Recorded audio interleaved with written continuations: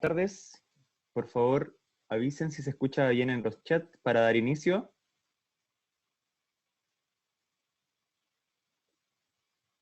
Perfecto.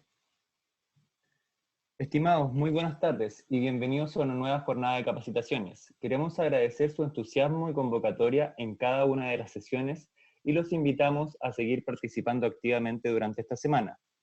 El día de hoy contamos con la presencia de la enfermera docente de la UPC de la Clínica Las Condes, tesorera de la División Enfermería de la Xochimí, con el tema Manejo de catéter venoso central y línea arterial. Les recordamos que en el chat estará disponible durante toda la sesión para que vayan recopilando sus preguntas y estas serán realizadas al final de la presentación. Además, se dispondrán de los links de la Xochimí y del Ministerio de Salud para que puedan ver las presentaciones. Dejamos con ustedes a la enfermera nuevamente de la Clínica Las Condes. Bueno, muchas gracias por la presentación. La idea en este momento, en esta clase, es revisar los aspectos más técnicos y prácticos en relación a dos accesos vasculares muy importantes dentro de los cuidados intensivos. Vamos a hablar del catéter venoso central y la línea arterial. Vamos a revisar algunas definiciones y entrar en profundidad y, como ya les comenté, algunos aspectos más técnicos y prácticos del uso de cada uno de estos catéteres y realizaremos algunos comentarios finales. Espero que nos dé el tiempo también para resolver todas las dudas que se les vaya generando durante la presentación. Ustedes pueden escribirlas al chat y al final de la presentación voy a dar tiempo para poder responderlas. Entonces, primero vamos a ver qué necesidad o cuáles son las funciones principales de algunos accesos vasculares, como el catéter venoso central y la línea arterial. Intencionadamente están dos oscuros a sus extremos, donde hablamos de monitorización y muestras de exámenes. Coincidentemente, la línea arterial y el catéter venoso central nos sirve para ambas funciones. Y la administración de fármacos tiene que ver con una función más específica del catéter venoso central. Si bien es cierto, hay algunos medicamentos que se pueden administrar por vías arteriales, la línea arterial no es hecha ni no es su función administrar fármacos, y debido a la ubicación que tiene puede comprometernos y lesionarnos nuestras arterias. Vamos a partir justamente con la línea arterial, y su definición es la canalización de una arteria con la ayuda de un catéter periférico o un catéter de línea arterial. ¿Qué posición o cuál es la arteria que nosotros podemos utilizar más frecuente? La puse adrede la imagen ahí donde mostramos la radial. Ustedes conocerán que también hay humerales, hay femorales, pero vamos a darle prioridad a la que más utilizamos en cuidados intensivos. Entonces, dentro de sus funciones ya las nombramos. Tiene que ver con la monitorización continua de la presión arterial, que es la línea en rojo que podemos ver en los monitores y donde nos van a dar tres valores: una presión sistólica, una presión diastólica y una presión arterial media, que la calcula solo ya actualmente nuestros monitores. Y su segunda función muy importante es la toma de muestras de sangre. Esencialmente gases arteriales, pero también, por supuesto, que nos sirve para tomar cualquier otro tipo de de muestras de sangre que necesitamos evaluar en el paciente.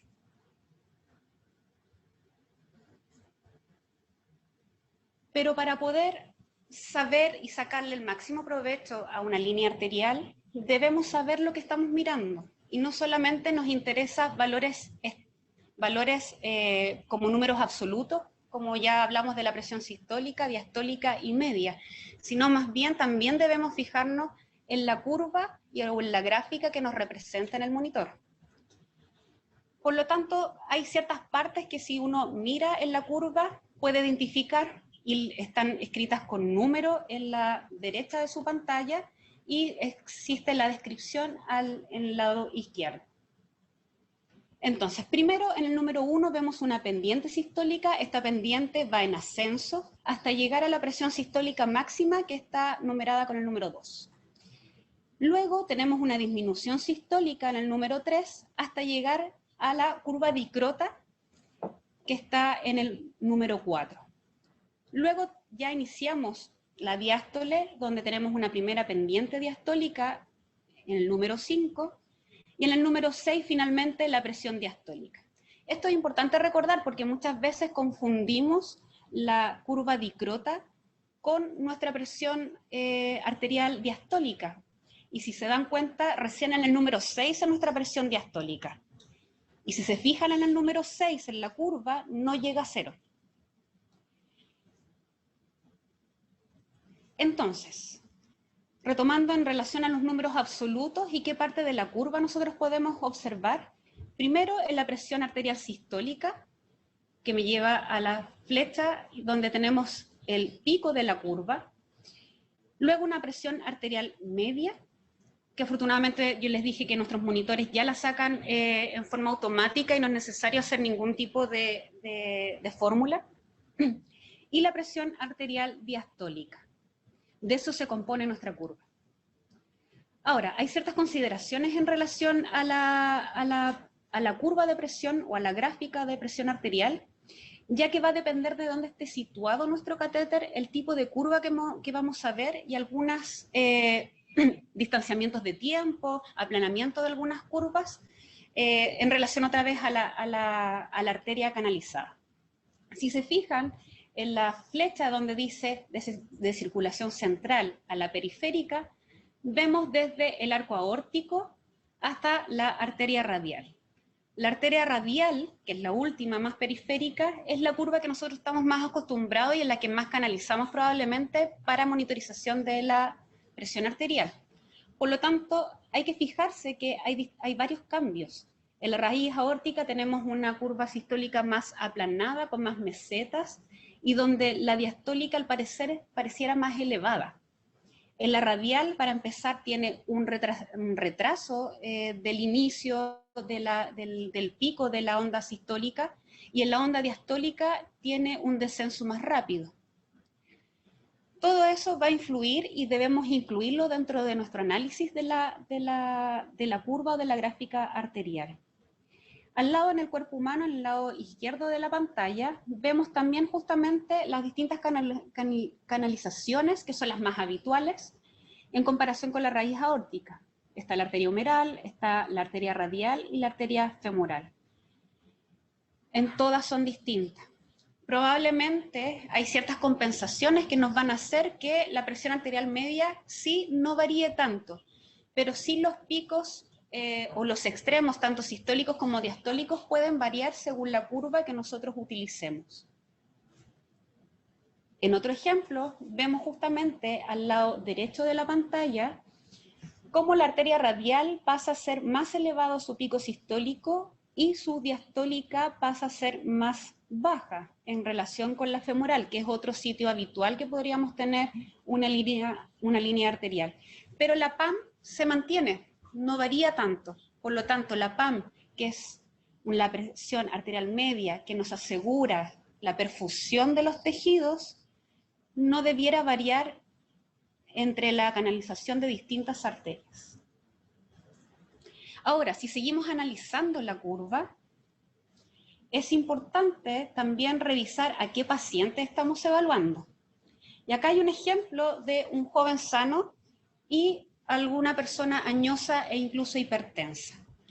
Existen ondas reflejas, donde el flujo de sangre choca con las paredes arteriales, y si uno revisa esto en el paciente joven, sano supuestamente, se observa con una diastólica algo más elevada, por lo que podría tener, o podríamos pensar que tiene incluso una mejor perfusión coronaria que el paciente añoso hipertenso. Recuerden que la perfusión coronaria es en la fase de diástole de nuestro ciclo cardíaco. Y en el paciente añoso hipertenso, debido a la rigidez de sus paredes arteriales, sus ondas de reflejo vuelven anticipadamente. Y esto tiene que ver,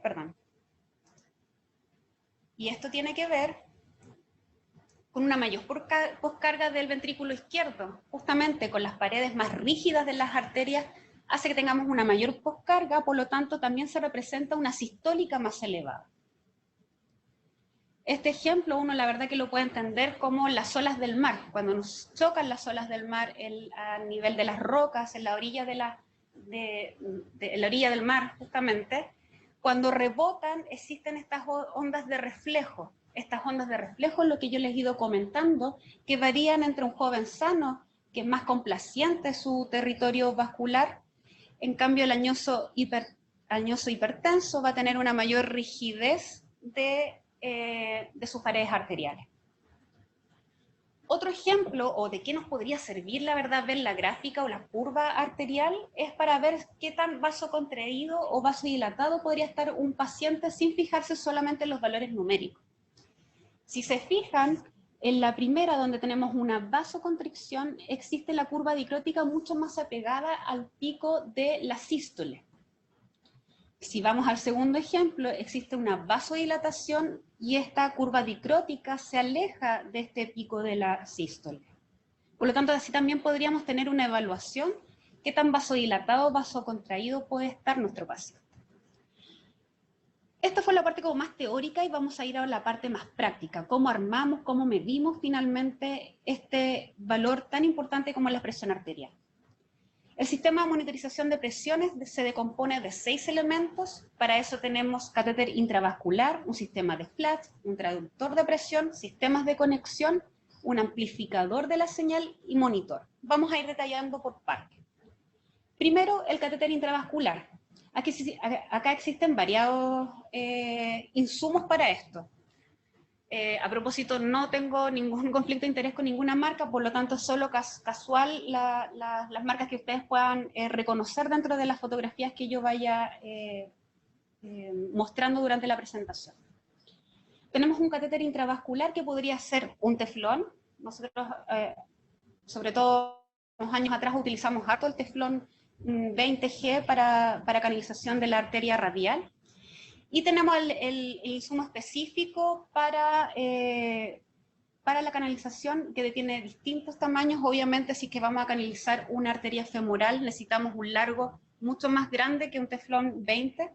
Y para eso hay algunos como el Arteriofix que podrían estar disponibles para poder realizar esta canalización.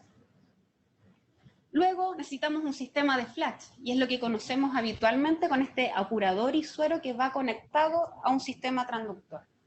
Para eso necesitamos el apurador, que lo vamos a instalar y a presurizar hasta los 300 milímetros de mercurio. Un suero fisiológico que debe ser de 500 ml y debe ser suero fisiológico. Por favor, si es que tenemos en estos tiempos que podría ser que necesitamos una redistribución de insumos, es preferible disminuir el volumen del suero, pero no cambiar el componente. Es decir, siempre seguir con el suero fisiológico, pero tal vez si tengo disponible uno de 250, el de 250 lo puedo presurizar a 300 milímetros de mercurio y debiera funcionar de la misma forma.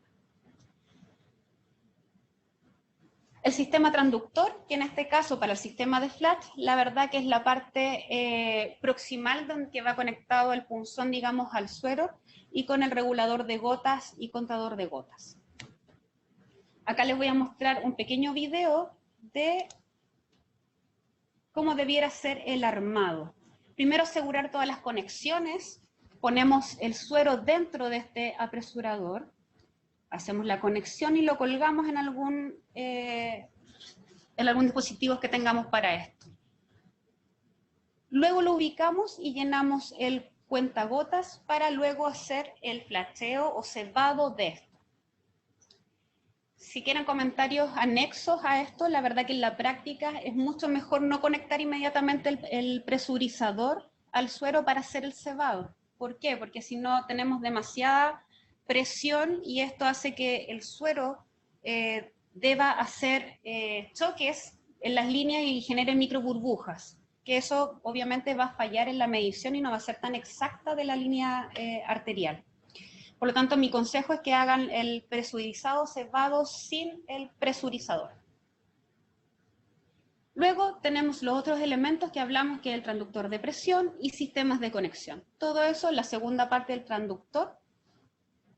que vamos a conectar a nuestra línea arterial. Acá otro video del cebado.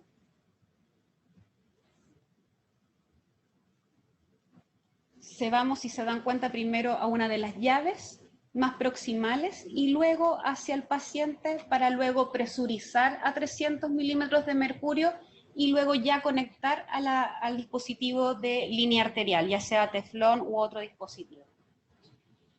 Es importante que dentro de las consideraciones que a lo mejor no nombré al principio, que todo este circuito esté armado antes de la instalación incluso de la línea arterial, porque cuando se instala el catéter debemos hacer la conexión inmediata para poder ver al menos la curva en la pantalla del monitor.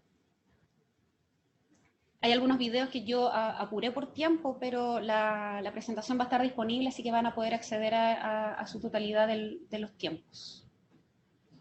Luego, amplificador de señal. Necesitamos un cable que tiene que ver con la marca de nuestro monitor para que se conecte al transductor y, por supuesto, el monitor para poder ver la curva y tanto los valores absolutos que nosotros necesitamos analizar de la presión arterial. Dentro de las consideraciones especiales es que debemos tener un punto cero, ¿sí? El cero flebostático debe estar a nivel de la aurícula derecha. ¿Cómo sabemos dónde está nuestra aurícula derecha? El paciente en decúbito supino lo ponemos en 180 grados y al nivel axilar, media axilar hacia más adelante, debiéramos generar nosotros ahí nuestro punto cero. Esto está a nivel de la cuarto espacio intercostal. Y tenemos dos posibilidades: poner los transductores alejados del paciente en algún de estos colgadores de sueros que nosotros podamos poner los transductores. O segunda opción, que también se utiliza bastante, que es poner el transductor en el brazo del paciente. Si me dicen cuál es mejor, la verdad que no podría decir cuál es mejor. Probablemente es más cómoda para nosotros la del brazo porque evitamos las conexiones y se va moviendo, digamos, con el paciente. Y esto lo podemos ver reflejado un poco en la siguiente imagen. Si se fija, hay un paciente que está en 180 grados y cómo se va sentando hasta 90 grados. Eso, si tenemos los transductores fuera del paciente, la verdad que vamos a tener que estar calibrando cada vez. En un paciente que lo tiene ubicado en el brazo, debiéramos hacerlo menos. La recomendación siempre es hacer un cero cada vez que movilicemos a un paciente. Recuerden que hacemos cambios de posición, baños, van exámenes, distintos procedimientos que se hacen durante el día. Nosotros debiéramos hacer punto cero, es decir, calibrar nuestra medición de la línea arterial. Si se fijan en la segunda imagen, tenemos un paciente a 45 grados, donde también indica dónde más o menos debiera estar nuestra aurícula derecha. Ahora, ¿qué tan importante es la ubicación del transductor? Es bastante importante porque nos puede llevar a errores porque van variando algunos valores dependiendo de la posición.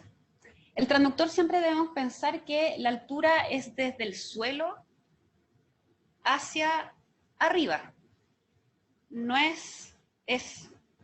su medición, más bien, para graficarlo de alguna forma, es vertical y no es horizontal. Es decir, si yo muevo el transductor en forma horizontal en una misma altura, la presión no debiera variar.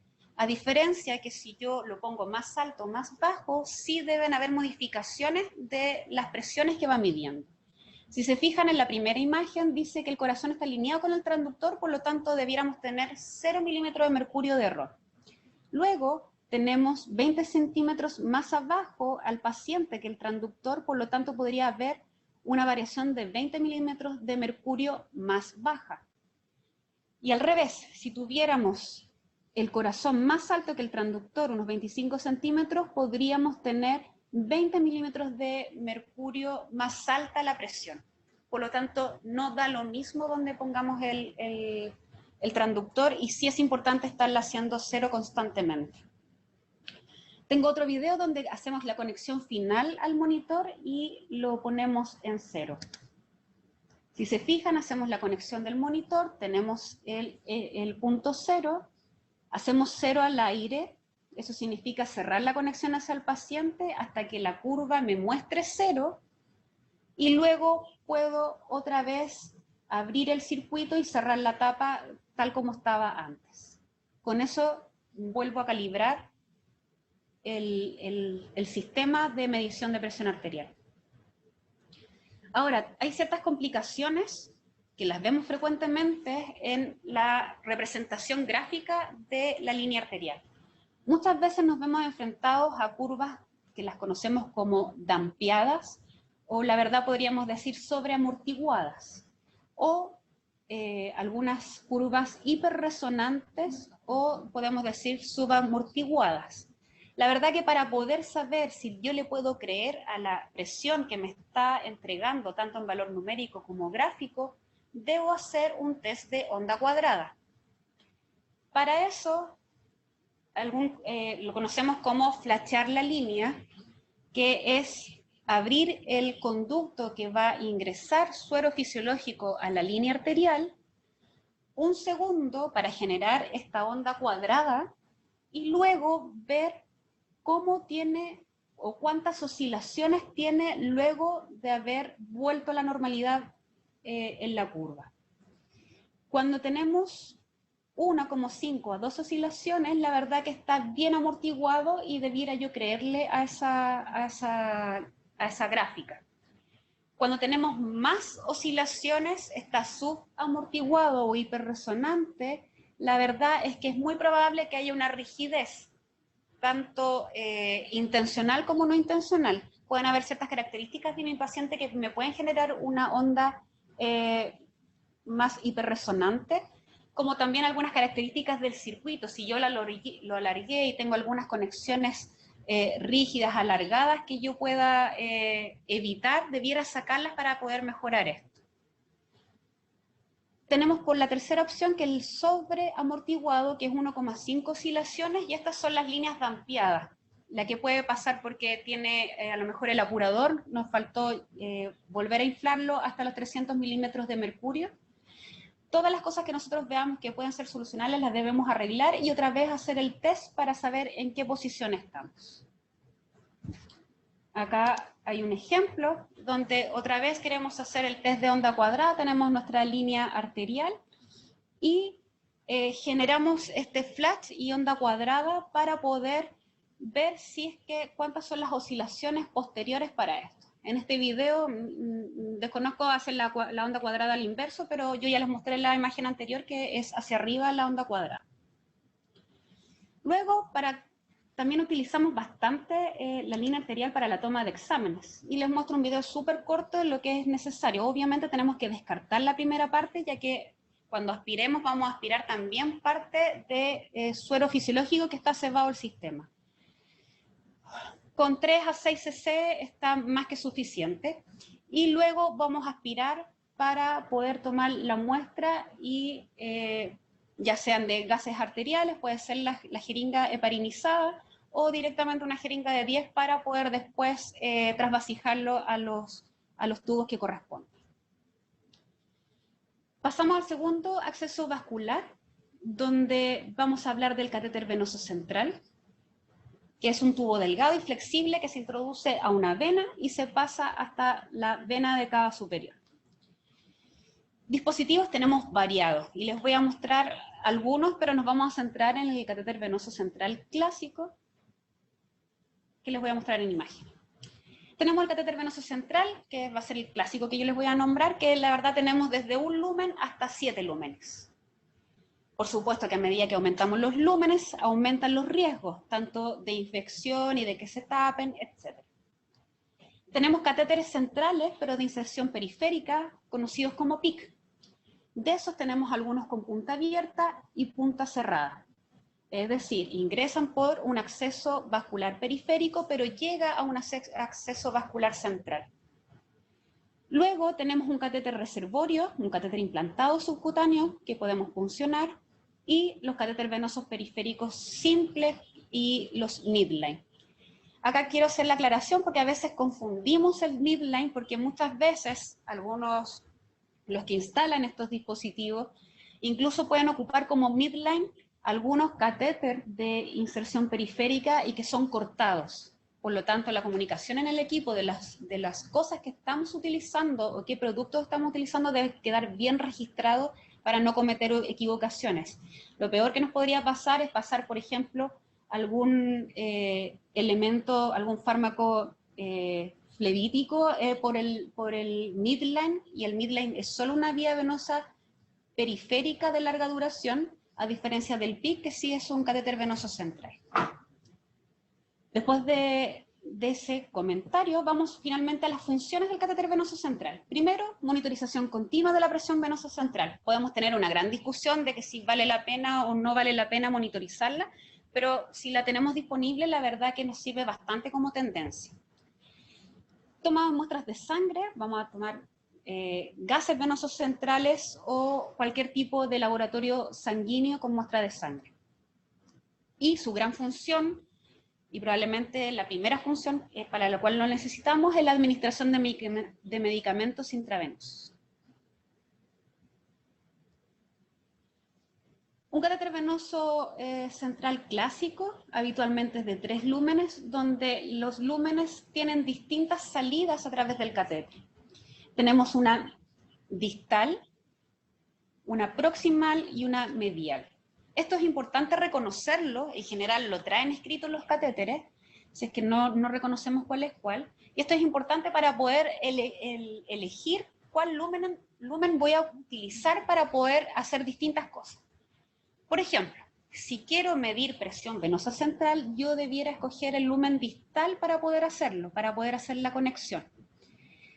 Tal vez para algunos fármacos en bolo o hidrataciones de alta velocidad podría ocupar el proximal, y el medial para drogas vasoactivas o infusiones que tengan que ver con baja velocidad de infusión. Hay varias recomendaciones en relación a eso, no les puedo decir cuál es mejor, pero por lo menos sí hay que mantener que el distal, ya que está más cerca de la aurícula, debiéramos ahí medir presión venosa central. Probablemente la discusión es donde tomamos las muestras, y las muestras la verdad que uno tiende a usar también el lumen distal, más bien por la comodidad, ya que justamente hacemos la conexión de presión venosa central, y es ahí donde tenemos también un puerto de fácil llegada para poder tomar muestras. Ya que vamos a monitorizar, necesitamos saber qué curvas tenemos. Y la verdad que, siendo sincera, en la curva de la monitorización de la presión venosa central es poco lo que podemos ver. En forma teórica les voy a mostrar las ondas que corresponden a cada uno, pero la verdad uno, para poder analizarla y observarla con claridad, debiera ampliar la escala probablemente para poder hacer un análisis correcto de la curva. En general nos guiamos por el valor absoluto, por el número absoluto que nos entrega el monitor. Y la verdad que tampoco está mal. Si bien es cierto, uno puede hacer un análisis, les voy a mostrar algunas curvas que pueden estar modificadas. La verdad que como número absoluto también nos sirve, más que nada como limitar probablemente la administración de fluidos cuando estamos haciendo una reanimación, más que como valor que nos indique una precarga de un paciente.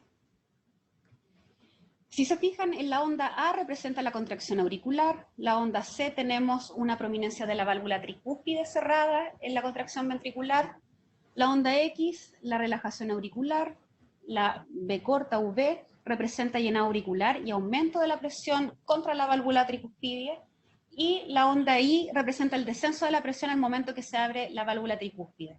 Entonces, súper importante que si uno realmente viera este tipo de curvas y poder analizarlas, la verdad que sí podríamos sacar información, pero que actualmente en los pacientes que vamos a sacar información seguramente ya tienen otros exámenes anexos como ecoscopías, donde podemos probablemente sacar realmente patologías o afecciones que van a variar estas curvas de presión venosa central. Acá les muestro solo ejemplos de algunas curvas que están distintas a lo fisiológico, donde la primera tenemos una A gigante, donde puede haber una hipertrofia por estenosis tricuspidie, podría haber hipertensión pulmonar. En la segunda, que muestro como cañón, puede haber por extrasístoles ventriculares o por un taponamiento ventricular.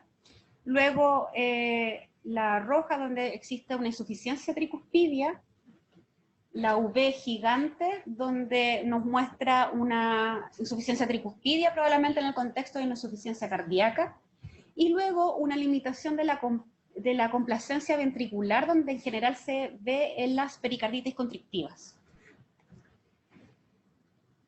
Eso en general de las curvas que yo les podría nombrar. Ahora vamos a la parte práctica de cuidados y de utilización finalmente del catéter. Se compone nuevamente de 6 elementos y esto no lo voy a repetir ya que es lo mismo que la línea arterial. Necesitamos un catéter intravascular, ya no, hablamos de los que estaban disponibles, los sistemas de Flash, transductor de presión, sistema de conexión, amplificador de señal y el mismo monitor probablemente que utilizamos para la línea arterial. En cuanto a los cuidados, necesitamos tener cuidados súper específicos en cuanto a la fijación y protección. Hay ciertas cosas que son deseables o que pueden ser el gold estándar, pero que por supuesto debemos adecuarnos a los insumos que tienen cada una de nuestras instituciones, pero tratando de cumplir algunos principios básicos, como que sea la transparencia del apósito que va a cubrir el catéter venoso central, y ojalá tener alguna cobertura en base a clorexidina que proteja el sitio de inserción. Hay distintos insumos para eso y no me voy a dedicar a hablar de cada uno de ellos, sino más bien darles ese mensaje.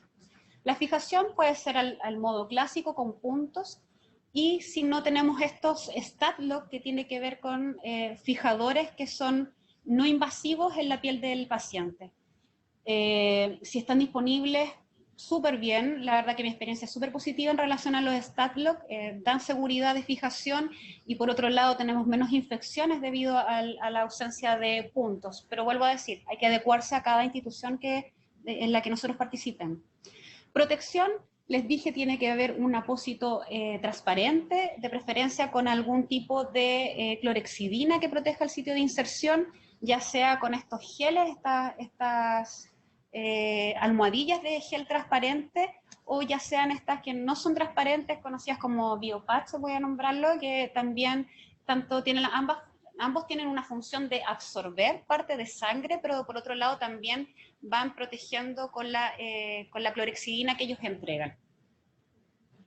Creo que aproximadamente pueden alcanzar hasta unos de 4 o incluso 6 ml, hacen la descripción en cuanto a absorción de volumen estas almohadillas. Permeabilización. ¿Por qué debemos permeabilizar un catéter venoso central? Y es porque el 25% de los catéteres centrales tienen algún tipo de oclusión trombótica parcial o total. Y la verdad que los que nos hemos enfrentado al uso de catéteres venosos centrales no es poco habitual que se nos tapen estos lúmenes. Ahora, ¿por qué se tapan estos lúmenes? Es porque existe siempre una posibilidad de reflujo sanguíneo. Recuerda que la mayoría son catéteres abiertos, de punta abierta, por lo tanto existe un reflujo, ya sea por causas internas del paciente, por tos, estornudos, vómitos, movimientos, y donde lo que vamos a ver es justamente el paciente tose y existe un paso de sangre hacia el lumen interior del catéter venoso central. Y esto, a medida que va pasando el tiempo, va provocando coágulos y hace inutilizable un lumen de un catéter venoso central. Tenemos también causas externas, como términos de una solución endovenosa, detención de la bomba de infusión, y nosotros no clampeamos, no sellamos el lumen, o la técnica de lavado. Y acá quiero hacer una consideración especial en cuanto al la técnica de lavado, donde debemos hacerlo por una técnica de turbulencia. La técnica de turbulencia, o conocida en el mundo anglosajón como la técnica de push-stop. Es muy importante porque hay que generar esta turbulencia que les voy a mostrar en el video, para justamente arrastrar los rastros de sangre que pueden quedar en el lumen interno del catéter venoso central. Con eso nos aseguramos que haya este barrido. Este barrido debe ser con jeringas de 10 ml, las llenamos con suero fisiológico, 10 ml, y vamos haciendo una inyección donde inyectamos, paramos, y esa inyección debe ser de 2 a 3 ml por vez. La última inyección final no debemos vaciar la jeringa, y así mantenemos esta presión positiva, y es ahí donde hacemos la desconexión de la jeringa finalmente. ¿Cuándo vamos a permeabilizar? Antes y después de la administración de medicamentos o medios de contraste, después de tomas de sangre, antes y después de la administración de hemoderivados, antes y después de la administración de una perfusión o medicamento intermitente, y si vamos a tener inactivo o no utilizado este tipo de catéter, la verdad que por lo menos cada 12 horas yo debiera hacer un tipo de permeabilización con la técnica que ya les nombré. Algunos me preguntan qué es mejor dejar cerrado el catéter venoso central o mantener sueros que mantengan la permeabilización real de este catéter. La verdad que la evidencia nos va mucho hacia la permeabilización con sueros de mantención, más bien que si mantenemos estos catéteres con lúmenes cerrados, clampeados y con una permeabilización, con una buena técnica, no debiéramos tener problemas de que se tapen estos lúmenes.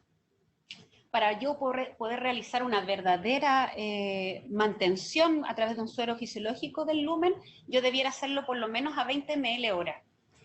Y la verdad que eso en cuidados intensivos es volumen que nosotros nos podríamos ahorrar. Así que deben verlo en su institución qué es lo mejor, pero la verdad que manteniendo un catéter venoso central sellado y permeabilizado de buena forma no deberíamos tener problemas. Otra cosa son los conectores libres de aguja, disponibles en gran parte de los centros, y estos consisten en dispositivos de una sola pieza con luer, que la podemos desinfectar y nos hace un acceso más rápido y seguro de los lúmenes del catéter. De preferencia debiera ser compresión neutra, transparente para poder ver el flujo y si quedan restos de sangre, y que haga una trayectoria de flujo recta. Hay algunos que también hacen un tipo de turbulencia interna justamente para provocar este lavado. Hay distintas marcas y lo importante es los cuidados y cebado de esto. En general ocupan poco volumen, 0,04 el que le estoy mostrando en el ejemplo, pero en general no sobrepasa ese tipo de volumen para el flasheo o cebado de estos dispositivos. Lo que también vamos a hacer es el catéter venoso central, cómo lo vamos a utilizar y cómo vamos a extraer muestras, y que tenemos que extraer muestras y no podemos de la línea arterial. Les voy a mostrar un video, también viendo el paso a paso en relación a cómo hacer este tipo de lavado. No sé cómo estoy en el tiempo, perdón. No, sí, ¿estoy bien? Ya. Entonces necesitamos todos los insumos y materiales para poder hacer la toma de muestra. Si se fijan, tenemos 3 jeringas, una jeringa que va a ser para el descarte, es decir, el volumen que yo necesito aspirar para luego eliminar, ya que hay parte de cebado ahí, una jeringa para poder tomar la muestra y una jeringa para hacer la permeabilización con suero fisiológico, por lo tanto la debemos tener cargada con suero fisiológico para hacer esta técnica de turbulencia. Algunos utilizan las mismas bombas de infusión si tienen un suero fisiológico conectado para la permeabilización. Vuelvo a repetir que es mejor con jeringa de 10, ya que generamos una turbulencia que va a asegurarse que va a limpiar las paredes del lumen del catéter venoso central. Tenemos todo preparado. Dependiendo de los insumos que tengan, por supuesto. Lo importante de esto es que si tenemos infusiones que están pasando en todos los lúmenes y no tenemos uno disponible, exceptuando drogas vasoactivas que sabemos que no las podemos pausar, de preferencia pausar todas estas infusiones para no contaminar nuestra muestra. Elegimos nuevamente el lumen distal, en este caso no estamos midiendo presión venosa central, por lo tanto está con un conector libre de aguja. Vamos a desconectar la infusión que estaba pasando por ahí y vamos a hacer la desinfección del conector libre de aguja para poder conectar nuestra primera jeringa. Esperamos los segundos correspondientes luego de la limpieza con alcohol y hacemos primero el descarte. 3 a 6 ml debiera ser suficiente. Luego tomamos la muestra con los ml que nosotros necesitamos y luego hacer la permeabilización, que en ese caso, vean la falla, que no está con la turbulencia, es un video un poco más antiguo, pero que debiéramos hacer también con la técnica de turbulencia el lavado del lumen. Cubrimos nuestro catéter, es recomendable proteger las conexiones del catéter y luego damos otra vez inicio a las infusiones que se estaban administrando por el catéter venoso central. Luego de las últimas cosas que vamos a ver, cómo retiramos este catéter venoso central. Y la verdad que no es igual que una vía venosa periférica y no podemos hacerlo ni con el paciente sentado, de pie o en alguna posición más extraña. Necesitamos que el paciente esté de cúbito supino, que esté boca arriba, que realicemos nosotros una visualización del punto de inserción del catéter, vigilar todo eso porque es importante para los cuidados posteriores. Necesitamos que el paciente haga presión positiva, lo que no queremos es que haga una presión negativa, por lo tanto, en general le pedimos que aguante la respiración, que tome aire y aguante la respiración, y en ese momento es donde nosotros vamos a retirar el catéter venoso central y luego cubrir con un apósito levemente compresivo. Va a depender de las características del paciente, probablemente algunos más compresivos que otros, van a sangrar algunos más que otros. Y por supuesto dependiendo del lumen del catéter venoso central. Por lo tanto, no lo podemos tener sentado al paciente, debemos respetar la posición y debemos sí o sí también tener un tiempo de reposo, que este paciente logre reposar y no se movilice antes de la puente. Ya para finalizar les voy a hacer algunos comentarios finales, que son totalmente personales, y les voy a decir que por lo menos los accesos vasculares deben ser utilizados para lo que fueron diseñados, ¿sí? Muchas veces tendemos a utilizar con cierta creatividad algunas cosas, a veces es permitido, pero mientras que el equipo también esté formado y entienda, porque nos puede llevar a ciertos errores la mala utilización de estos dispositivos. Estar al tanto siempre de los protocolos de manejo de dispositivos de tu propia institución. Yo acá hablé conceptos generales y lo que muestra un poco tanto las sugerencias de proveedores como alguna evidencia en relación a los temas, pero siempre hay que adecuarlo también a las instituciones y para eso todas las instituciones debieran tener protocolos de manejo de estos dispositivos. Tener en cuenta que son dispositivos invasivos y que por lo tanto tienen alto riesgo de infección y que debe ser supervisado por el Comité de Infecciones asociado a la atención de salud de su propia institución. Por lo tanto, no se debe invadir si no tenemos un objetivo claro con los dispositivos. Esto no es si el paciente ingresa a intensivo, debe tener una vía venosa central y una línea arterial. La verdad que debemos actuar con mesura y sabiendo si que realmente cumple un objetivo dentro de la terapia del paciente. Y por lo mismo, cuando el paciente ya tiene instalados estos dispositivos, todos los días debiéramos estarnos preguntando si es necesario seguirlo manteniendo, si lo estamos usando o tenemos un catéter que ya no estamos utilizando y podríamos sacarlo para evitar justamente los efectos adversos como son las infecciones asociadas a la atención de salud. Les dejo mi mail en caso de algún tipo de consulta que ustedes necesiten, que a lo mejor sea un poco más largo o les muestre algún tipo de evidencia o documento, se los puedo enviar sin ningún problema. Creo que ahora pasaríamos a la etapa de preguntas. ¿Sí? Hola Andrea, te voy a realizar algunas preguntas. Nuevamente, gracias por estar con nosotros. Recopilamos bastantes preguntas en los distintos chats, de los distintos links que están a disposición de los distintos participantes y te voy a realizar algunas de estas preguntas. ¿Escuchas bien, cierto? Sí, escucho súper bien. Perfecto. Una pregunta que a lo mejor es muy básica, están en distintos chats, pero querían si podías mostrar nuevamente el video cómo se hace el cero, ya que dicen que hay muchas de las personas que están con bastante miedo de que les van a llegar pacientes críticos, probablemente a unidades de médico quirúrgico.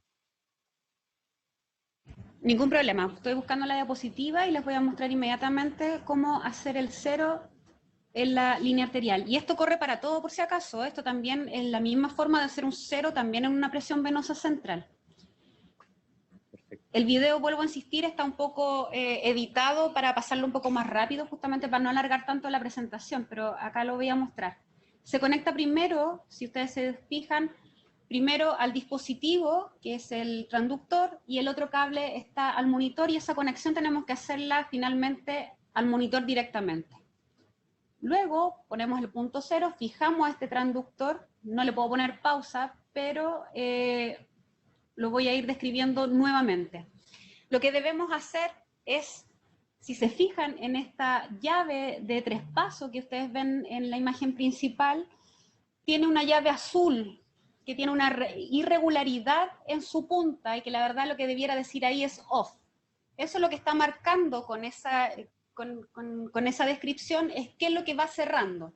En este caso está abierto de arriba hacia abajo o de abajo hacia arriba, pero esa llave de tapa azul está cerrada actualmente. Para poder hacer el 0, debemos girar esta llave cerrando hacia el paciente. Es decir, esa punta que debiera decir off debe ir hacia abajo en este caso, porque esa es la parte que va hacia el paciente. Ahí cierro y saco esa tapa azul que está en el extremo. Con eso hago 0 al ambiente. No va a caer suero, porque recuerden que para caer suero yo debiera activar esa aleta o esa antena azul que ustedes ven ahí en la imagen. Por lo tanto, no va a caer suero. Debo cerrar hacia el paciente, abro la tapa y con eso hago el 0, apretando 0 en el monitor que ustedes tengan. Todo monitor debe tener una parte donde debiera decir 0. Hago primero esta apertura y luego hago el 0. Voy a mostrar de nuevo el video a ver si se entiende de mejor forma. Primero me fijo que está a nivel, ven, cerré a paciente, abrí la tapa, hago 0 en el monitor, cierro y pongo la tapa. Ese es el procedimiento. ¿Cuáles son las confusiones habituales de hacer el 0? Que yo gire la tapa en forma incorrecta. ¿Qué pasaría si lo giro en forma incorrecta? Es decir, si esta llave azul que ustedes ven en pantalla otra vez va hacia arriba y estoy cerrando hacia la conexión, lo que me va a pasar es que va a refluir sangre del paciente inmediatamente. Recuerden que si estamos en una línea arterial, es sangre arterial, por lo tanto va a salir con fuerza. Así que se va a refluir rápidamente si es que yo la abriera en forma incorrecta. Así que ahí la sugerencia es abortar misión inmediatamente y darlo vuelta hacia el otro lado para poder hacer el 0. Perfecto. La siguiente pregunta, redondeando, porque preguntaron en varios chats también si, por ejemplo, la nutrición parenteral se tenía que pasar por un lumen específico, si la droga vasoactiva se tenían que pasar por un lumen específico. ¿Existe algún consenso de esto? Si lo puedes repetir, por favor. Ningún problema. Esto, de todas maneras, va a depender del lumen, de la cantidad de lúmenes que tengamos. En la mejor de las suertes, podríamos tener un catéter venoso central de 7 lúmenes, ¿sí? Donde podríamos tener cada fármaco probablemente por un lumen exclusivo. Pero la realidad en general no es así. Nos enfrentamos a catéteres de 3 lúmenes, 2 lúmenes, por lo tanto hay que hacer una buena distribución de estos. Para eso tenemos que ojalá encerrar por familias los fármacos que vayamos a administrar. Una gran familia, y sobre todo en cuidados intensivos, son las drogas vasoactivas. Las drogas vasoactivas en general pasamos muy poca velocidad de infusión, por lo tanto no es malo que nosotros pongamos varias drogas vasoactivas en un mismo lumen a través de conexiones de llave 3 pasos que nosotros conocemos. Lo importante es que no sean incompatibles o no haya mucha diferencia en la velocidad de infusión. Eso es importante, porque si no vamos a estar provocando, porque las bombas de infusión son mal llamadas bombas de infusión continua, la verdad que dan pulsos de hidratación o del suero que nosotros estamos administrando, por lo tanto necesitamos tener una velocidad más o menos similar de fármacos que vayan administrando por cada lumen. Otra familia importante son los sedantes y relajantes. Probablemente también podríamos ocupar un lumen distinto para poder utilizar eso. Si me preguntan en relación a la nutrición parenteral, no hice la observación, pero por supuesto que debiera ir con un lumen exclusivo y sabemos los grandes riesgos del uso de la nutrición parenteral, la asociación a infecciones que tenemos, la posibilidad de infecciones que tenemos es bastante alta. Por lo tanto, ahí siempre la recomendación va a ser uso exclusivo de ese lumen para la nutrición parenteral, de preferencia, debiéramos usar siempre en la conexión guantes estériles para la nutrición enteral. Por ahí yo digo que debiéramos ser mucho más estrictos en relación a eso, ya que tenemos mayor cantidad de posibilidades de infección. ¿Con qué lo podríamos asociar? La verdad que cuando hemos estado en casos extremos donde debemos asociar algún tipo de medicamento, otra infusión, la verdad que no más allá que aminoácidos o tal vez algún tipo de electrolito, pero la verdad que por favor reservarlo para casos muy extremos donde no tengamos ninguna otra disposición de lúmenes. Y por otro lado, yo les dije, el lumen distal de preferencia para presión venosa central. Si podemos medir presión venosa central, ahí también vamos a poder administrar algunos medicamentos en bolo o también tomar muestras. Por lo tanto, nos sirve para esas tres cosas ese lumen. Y lo que es hidratación y sueros o antibióticos, lo que pasamos más o menos intermitente o a grandes volúmenes de infusión, sí que podemos pasarlo por un lumen exclusivo, estupendo. Si no, muchas veces lo hacemos también en el lumen de la presión venosa central, que no nos va a influir que lo paremos cada cierto tiempo, podamos sacar muestras, etcétera. Hay que pensarlo con a priori antes de hacer las conexiones, porque lo peor que nos podría pasar es que tengamos una conexión de un lumen con norepinefrina en el distal y luego nos indiquen hacer una medición de presión venosa central. Tendríamos que hacer todo, desarmar todo esto y hacer una conexión probablemente muy insegura porque en ese momento nuestro paciente probablemente va a bajar la presión si descontinuamos la administración de norepinefrina. Perfecto. Preguntan también en cuanto a las ondas que mencionaste. Hay varias preguntas sobre la prueba de onda cuadrada y si podrías volver a explicar en cuanto a la medición de la presión venosa central, en qué hay que fijarse en la onda principalmente. Como les voy a pasar la diapositiva a ver si lo podemos ver bien ahí. Lo que yo les decía es que primero para poder confiar en las ondas tenemos que tener un punto cero y realizado el cero, así tal como lo vimos con la línea arterial, también se debe hacer en la presión venosa central. ¿Sí? Voy a revisar esto, perdón. Vamos a ir a las curvas de la presión venosa central. Y como les dije, siendo sincera, es difícil analizar una curva de presión venosa central.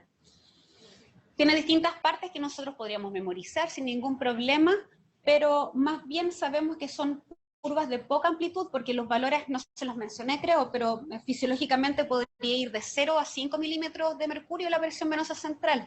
Eso, la representación gráfica de un monitor, pasa a ser una onda irregular y que no logramos ver con gran aumento cada onda por separado.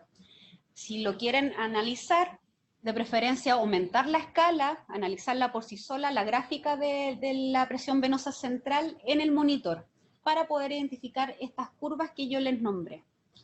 Ahora, posibilidades de que haya anormalidades de estas curvas, sí. En general tienen que ver con un contexto cardiovascular, falla de válvulas, hipertrofias, algunos componentes restrictivos, pericarditis, etcétera, podrían provocar que haya algunas ondas más elevadas que otras. Si se fijan acá, la onda pico es la A, luego hay una pequeña descendencia durante la contracción ventricular. Si se fijan en el dibujo, existe una asociación entre el electrocardiograma con la presión venosa central, porque todo tiene que ver con el ciclo cardíaco que estamos pasando.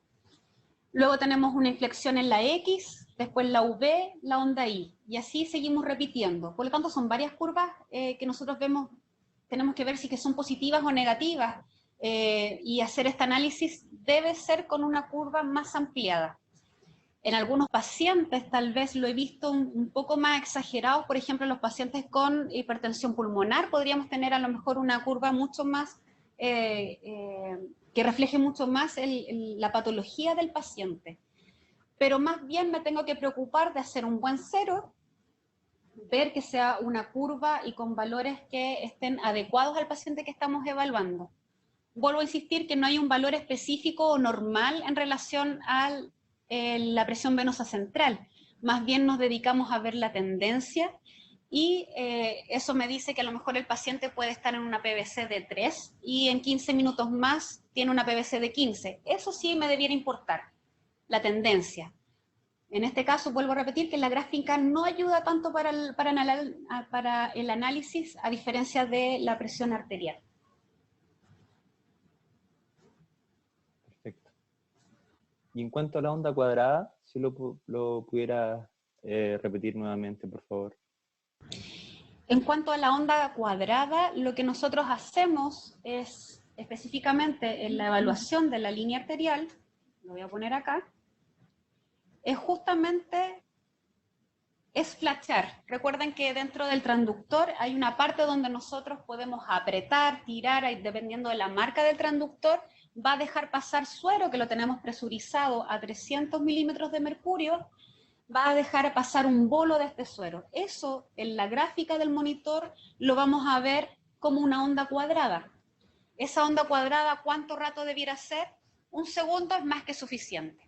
Lo que tenemos que fijarnos es el rebote después de esta onda cuadrada. Si se fijan en la gráfica al lado derecho, tenemos la primera parte donde está 1,5 a 2 oscilaciones, es decir, cuántas curvas a posteriori de la curva cuadrada realizamos. Y en este caso son 1,5 a 2 oscilaciones.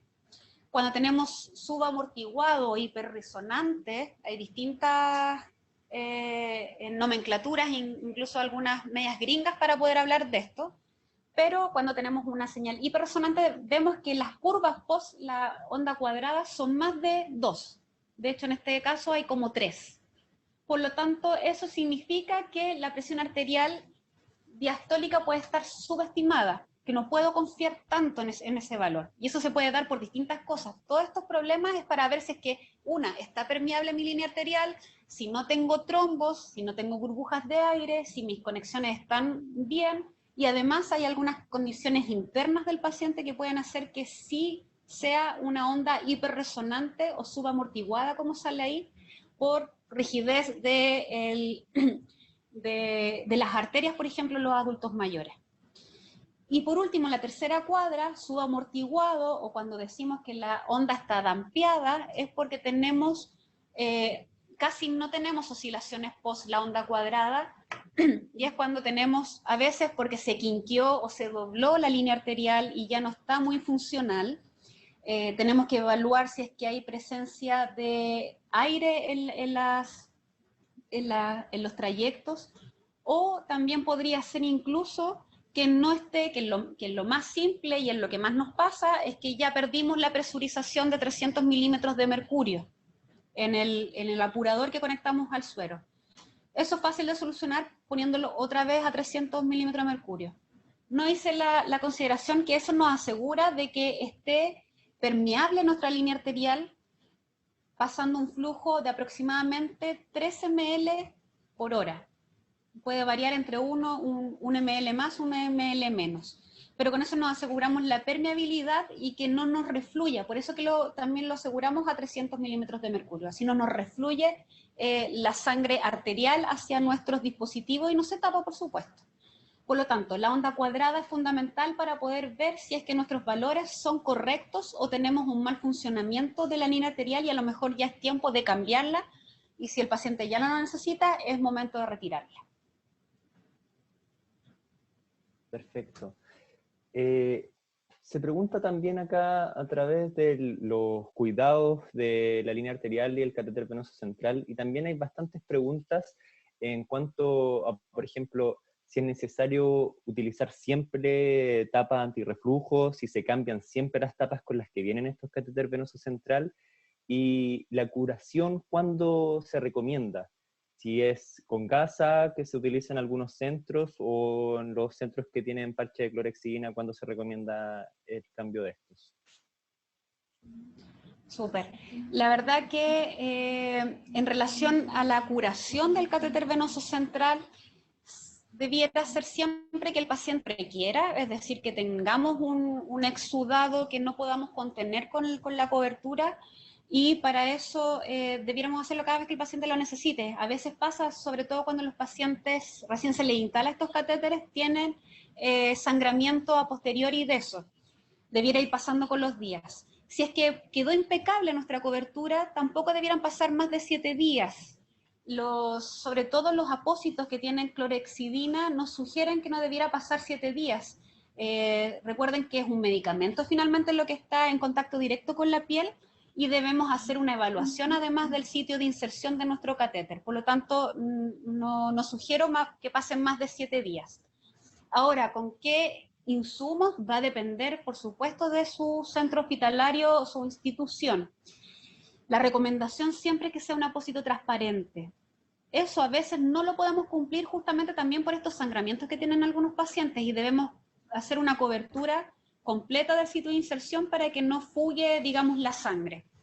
Pero en el momento que ya podamos tener un apósito transparente, debiéramos utilizarlo sí o sí, porque eso nos va a permitir estar observando continuamente el sitio de inserción y evitar que tengamos infecciones asociadas a este dispositivo. Además, recuerden que no solamente el sitio de inserción podría tener infección, sino que si lo fijaron con puntos, esas zonas también son susceptibles de tener algún tipo de infección. No me acuerdo la otra parte de la pregunta, no sé qué me quedó afuera. En cuanto a la...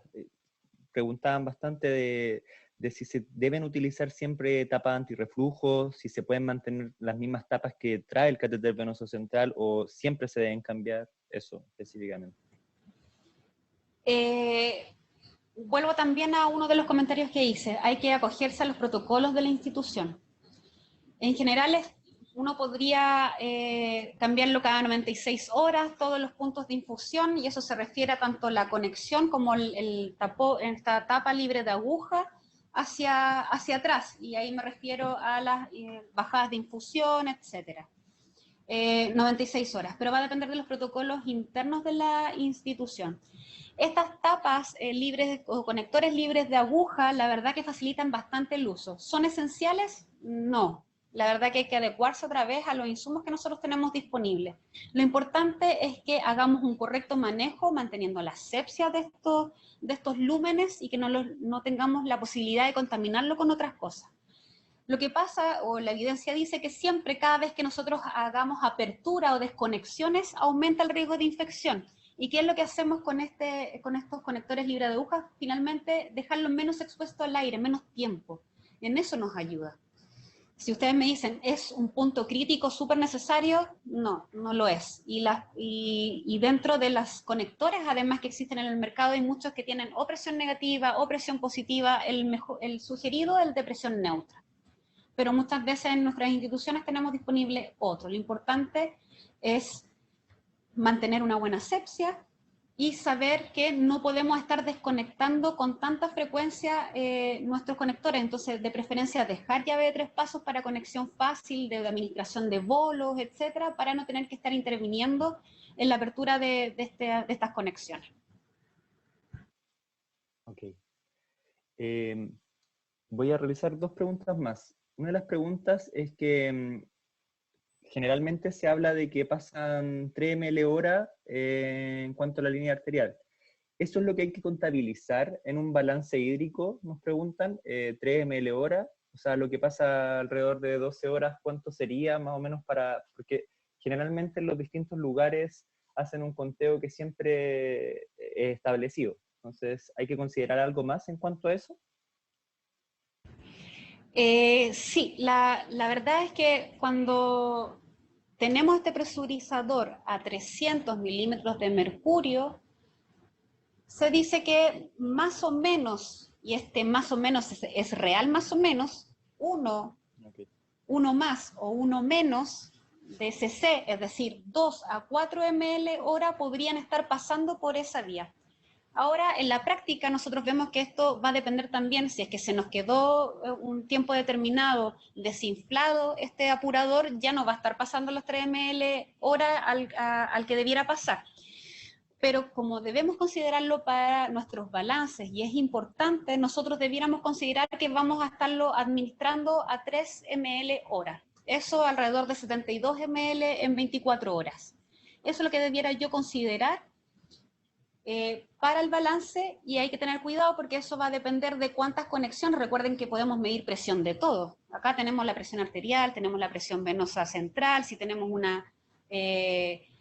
otro tipo de presión, a veces medimos hasta presiones de músculo, lo que sea, y que tenga un apurador con una infusión de suero fisiológico pasando, debiéramos contabilizar 3 ml por transductor.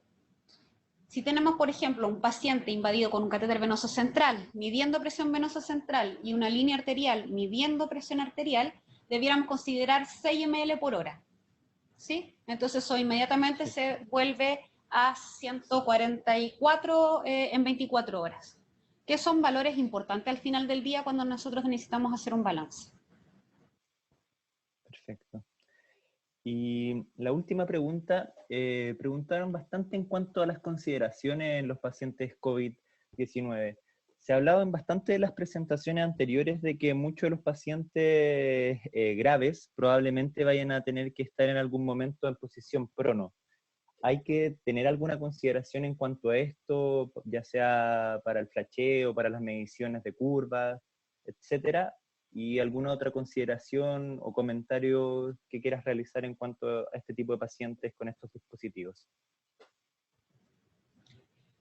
Intencionalmente no había dicho nada sobre el COVID-19, porque más bien debiéramos tener estos cuidados con todo tipo de pacientes que tenemos estos dispositivos. Si me preguntan si debo tener algunas consideraciones en relación al prono, por supuesto que sí. Gran problema del prono, o los grandes riesgos que tiene el prono, es justamente el desplazamiento de dispositivos invasivos. Y no es poco habitual que justamente exista un retiro de un catéter venoso central o un desplazamiento de estos dispositivos. Ahí la recomendación, que no es específica para el COVID-19, sino más bien para pacientes, en este caso, que van a ir a una terapia de prono, es que debemos tener súper bien identificado primero los dispositivos que tiene nuestro paciente. Segundo, asegurar todas las conexiones, y probablemente hay conexiones que nosotros podemos prescindir cuando vamos a hacer la terapia de prono. Por ejemplo, la presión venosa central. La podríamos hacer una desconexión intermitente desde del monitor al transductor para evitar problemas al poder girar al paciente. La línea arterial es mucho más determinante porque nos va a mostrar qué tan bien tolera hemodinámicamente probablemente el prono. Por lo tanto, yo no haría una desconexión de la línea arterial, pero sí cuidado con los desplazamientos. Esto es solamente comunicación en el equipo, identificar los puntos críticos como el tubo endotraqueal, como el catéter venoso central y la línea arterial, para poder hacer el prono de la forma más segura con el equipo que tengamos dentro de la habitación. Y la verdad que eso no tiene que ver con el COVID-19, sino más bien con una atención segura a cualquiera de nuestros pacientes de cuidados intensivos. Perfecto, Andrea. Todo muy claro. Te quiero agradecer nuevamente por tu presentación. Mucho agradecimiento en los distintos chats, muy clara. Y queremos agradecer también la importante participación en este día. Más de 680 personas en conexión desde los distintos lugares. Los invitamos a continuar siendo parte de la formación por parte del Ministerio de Salud, el Hospital Digital y Xochimí. Y mañana, martes 31, estará con nosotros la enfermera Nóscar Navarro con los temas cuidados y manejo de droga vasoactiva. En los chats les dejamos los links de las presentaciones, que siguen siendo los mismos links, y también se les va a seguir subiendo la encuesta que está realizando la Xochimí. La idea es hacer un diagnóstico educativo de lo que se está realizando y poder seguir viendo cuáles son los temas de mayor requerimiento. Quiero agradecer nuevamente a Andrea, y los esperamos mañana. Muchas gracias.